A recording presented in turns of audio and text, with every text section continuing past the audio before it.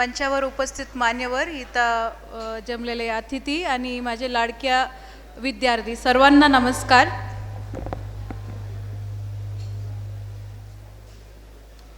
Usually आपलं जे science exhibition असतात, जेव्हाही वर्षात आपल्यासाठी एक वेळी सायन्स एक्झिबिशन आपल्याकडे असतो, हे सर्वांसाठी अपेक्षित वेळ आहे किंवा नाही हे सांगा मला. आहे? सर्व विद्यार्थ्यांना असं वाटते की अजून कोणी आहे की जे इथं इच्छुक नसताना आलेला विद्यार्थी आहेत? नाही, सर्वांना चांगलं वाटते, इच्छुक वाटते, एन्करेजिंग वाटते का तुम्हाला?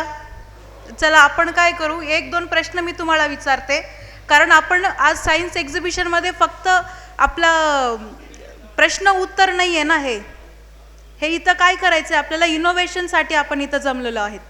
मग इनोव्हेशनची काय आपली स्ट्रेंथ आहे ते आपण अगोदर 2-3 मी प्रश्न विचारते तुम्हाला, तुम्ही मला सांगा. आता आपलं पूर्ण वर्ल्डमध्ये किती जीव आहेत? जीवी किती आहेत? आपण ह्युमन आहे, जसे बंदर आहे, टायगर आहेत, असे किती प्रकार आहेत? खूप आहेत, बरोबर. त्याचा सर्वांपेक्षा सर्वात स्ट्रेंथ ह्या पूर्ण वर्ल्डमध्ये पृथ्वीला कोण रूल करतात हे सांगा मला. कोण? ह्युमन, बरोबर. पण आता तुम्ही मला सांगा, एका बाळाला मी या रूममध्ये बंद करून एक सिंहाला सोडला, कोण जिंकणार? बाळ का जिंकत नाही? मग आपण रूल करतोय ना, इथं जे आहेत पूर्ण दुनियाभर आपणच रूल करतोय, पण एक सिंहाना आपण हारू शकत नाही, तेच जिंकणार. पण आपण हारणार कशाला? त्यांच्याकडे क्षमता जास्त आहे, फिजिकल स्ट्रेंथ. म्हणजे माणूसकडे फिजिकल स्ट्रेंथ हे मोठे विषय नाही आहे. जर फिजिकल स्ट्रेंथला जर आपण मान ठेवला की आपण जिंकणार नाही, आपण आत्ता जे परिस्थितीमध्ये आहे तेवढं होणार नाही. मग दुसरी कोणती आपल्याकडे जे क्षमता आहे ज्याच्यामुळे आपण हे होतोय? बुद्धी. बुद्धी म्हणजे बुद्धीचं हे आहे का सर्वात मोठी आपलीच डोकं आहेत का? आपल्यापेक्षा आपण एलिफंटला पाहिलं तर आपल्यापेक्षा जास्त मोठी आहे की नाही? पण त्याच्या सुद्धा आपणच रूल करतोय कशाला? IQ म्हणजे कसा हे डेव्हलप झाला. बेसिकली एखाद्या जनावराला तुम्ही एका नदीच्या ठिकाणी घेऊन गेला, ते काय करणार? एक जनावर आहे, त्याने नदीच्या ठिकाणी घेऊन गेला, ते काय करतील सांगा? फक्त पाणी पिते. पण इंसान काय करतात? ते पाणी पितात, त्याच्यातून कपडे धुतात, त्याच्यातून इलेक्ट्रिसिटी सुद्धा तयार करता येते की नाही? त्याला आपण काय म्हणतो? Hydro electricity. म्हणजे एका विषयांना आपण पाहताना आपलं जे बुद्धी आहे, आपण आता एवढा मोठा कशाला झाला? That is because of innovation. आपलं जे क्षमता आहे, it is all about innovation. आज जर आपण इनोव्हेशनमध्ये नाही आहे, आपण एक आपला बंदरसारखं आपण सुद्धा फिरत होते ह्याच दुनियामध्ये. आता झाला विथिन ऑर्गन्स.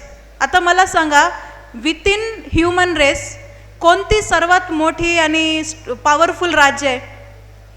पूर्ण China, America, Russia, India, Pakistan, सर्वात सांगा कोण पॉवरफुल आहेत पूर्ण?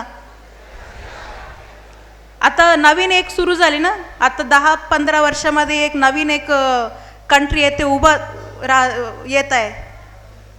कोण आहे ते? सांगितलं होतं ना अगोदर. नाही. अमेरिका सोबत कोण कॉम्पिटिशनला आहे?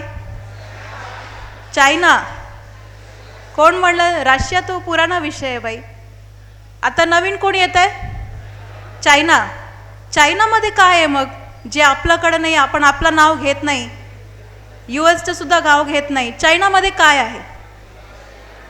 सायन्स अँड इनोव्हेशन, हेच गोष्टी आहेत. आपल्याला जर मोठा व्हायचा आहे आणि आपल्याला जर आपलं स्टँडर्ड ऑफ लिव्हिंग मोठी करायची आहे, तर innovation is the only way. जर आपल्या भारतानं सुद्धा आपल्याला वर घेऊन यायचं असेल, आपल्याला इनोव्हेशनमध्येच फोकस करावा लागेल. हे इनोव्हेशन जे आहेत हे तुमच्याकडे आहेत, यांच्याकडे नाही. आमचं कामं आम्ही पाहतोय, पण innovation has to come from students. Innovation म्हणजे आणि सायन्स म्हणजे एखादा गोष्टी आपण डेफिनिशन वाचलं आणि डेफिनिशन परत आपण आपल्या टीचरला सांगितलं आणि एक्झाममध्ये लिहिला. दिस इज नॉट इनोव्हेशन. हे फक्त तुम्ही वाचलं आणि याचं वॉमिटिंगसारखं पेपरमध्ये केलं एवढंच होणार. सायन्सचे इनोव्हेशनचं जर तुम्हाला सायंटिफिक टेम्पर जे त्यांनी म्हणलं ना, जर तुम्हाला ते डेव्हलप करायचे दोनच गोष्टी आहे, आस्क वाय अँड हाऊ. हे विषय लक्षात आला का? एखादा विषय जेव्हा तुम्हाला टीचर तुम्हाला शिकवताना प्रत्येक विषयांमध्ये जिथं तुम्हाला डाऊट येते ते प्रश्न तुम्हाला विचारायला पाहिजे. प्रत्येक ठिकाणी एक जर तुम्ही म्हणला की पाणीतून आपल्याला इलेक्ट्रिसिटी करता येते, पहिला प्रश्न तुमचा पडायला पाहिजे की वाय, आपल्याला करायची गरज काय. दुसरा प्रश्न तुमचा असायला पाहिजे की हाऊ, आपल्याला तर करायच्या कशा आहेत. हे जर प्रश्न तुम्ही या वयापासून जर विचारणं सुरू केलं तेव्हा तुम्ही चांगलंच इनोव्हेटर्स बनणार, सायंटिस्ट बनणार आणि आपला देशासाठी IASची गरज नाही आहे. आम्ही आहोत, जेवढं लोक येणार तेव्हा येणारच, पण आपल्याला सर्वात जास्त सायंटिस्ट इनोव्हेटर्सची गरज आहे. आणि इनोव्हेटर्सची जी क्षमता आहे, आता आपण पोटभर खातोय का? ॲटलिस्ट जेवण तरी मिळतं आहे, रोटी भेटते, राईस भेटते. 1950sमध्ये, मग तुम्ही कोणी नसणार, मी सुद्धा तेव्हा नाही होते, पण 1950sमध्ये आपल्याकडे फेमाईन आला होतं. ते माहिती आहे? माहिती नाही आहे? बंगाल फेमाईन होती, वर्ल्ड वॉरच्या वेळी फेमाईन होती. फेमाईन म्हणजे काय? खायला लोकांना पोटाभर जेवण नव्हता, राईस उगत नव्हता, वीट उगत नव्हतं, कोणताही उगत नव्हते. पण हे प्रॉब्लेम कोण सॉल्व केले? हे प्रॉब्लेम आपला कधी सॉल्व झाला कोणी सांगू शकता का? 1970s 80sमध्ये आपली जे प्रॉब्लेम होती पोटाभर खायला, हे आपलं सुटलं. हे कोणी सांगू शकता कशाला सुटलंय? Green revolution. हे कोण केलंय? पॉलिटिशियननी केलंय का? कोणी IAS अधिकाऱ्यांनी केलं? कोण केलं ग्रीन रेव्होल्यूशन? MS स्वामीनाथन कोण होता? एक सायंटिस्ट.